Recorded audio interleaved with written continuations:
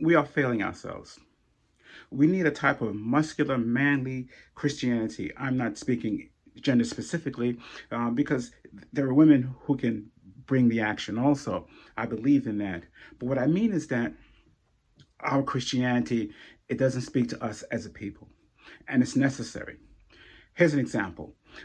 During the early ages when the Christian missionaries were trying to bring Europe and even around Rome into Christianity, they had to make compromises to address that culture. And one of the outcomes of the addressing of that culture so that it can replace their cultural symbols or totems was the implementation of celebrating Christ's birthday, Christmas.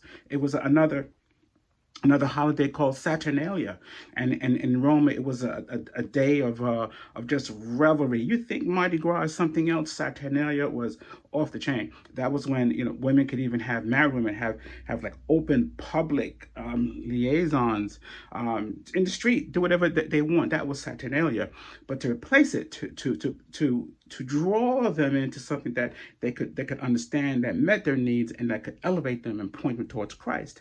Christmas was implemented. Another thing is Easter. It was a pagan holiday, but to bring it into the realm of things of Christianity, it was implemented and it worked.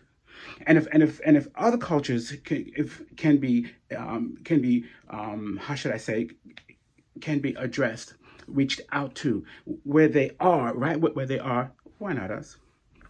We have to also look at how the people of Israel, they took a long time to come out of idolatry.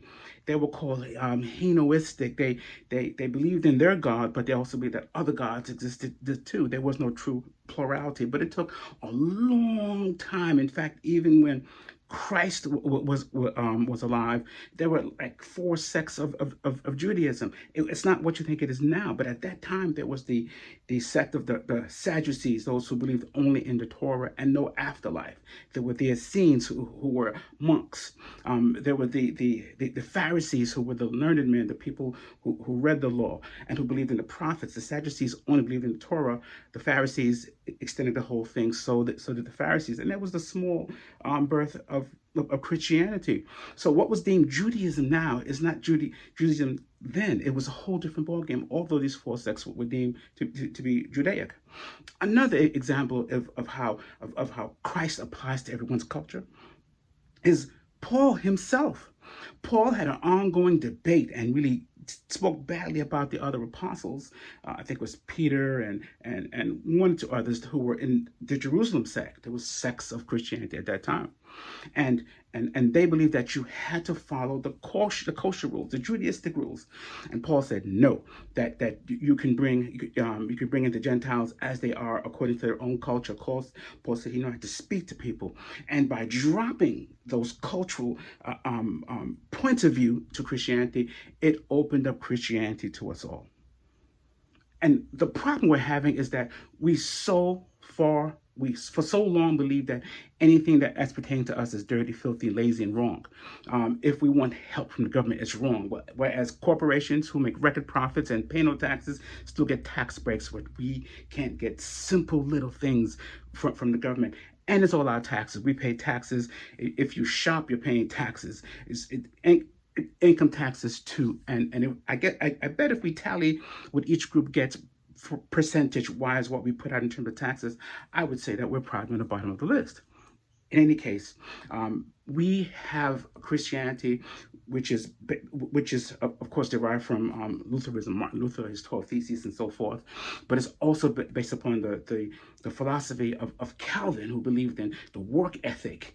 And while they were the people of the Calvinistic view, the European Church, and while they were doing missionary work, they had this belief that bringing Christianity was the white man's burden to the savages who were like children, and this was their duty given by God, and this further bolstered the belief that they were a chosen people by God to do what they did, and also when they wanted to enslave people, the Pope at the time, I forget his name, but he wrote an edict which justified it in terms of in terms of Christianizing people, but they were just enslaving.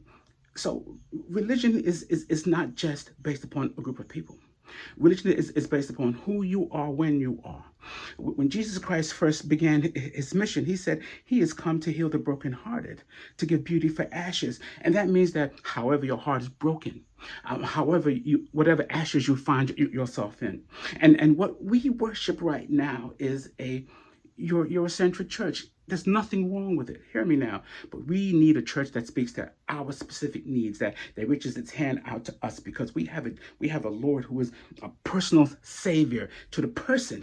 This thing can be detailed to you as a person, also to you as a family, also to you as a neighborhood, also to you as a people. The devil is a liar if you think it has to only be seen through the lens of a particular race. It doesn't. The 12 apostles went to different places. Some went to India, some went to other parts of Asia, some went to Africa, and they preached a message which the people there heard.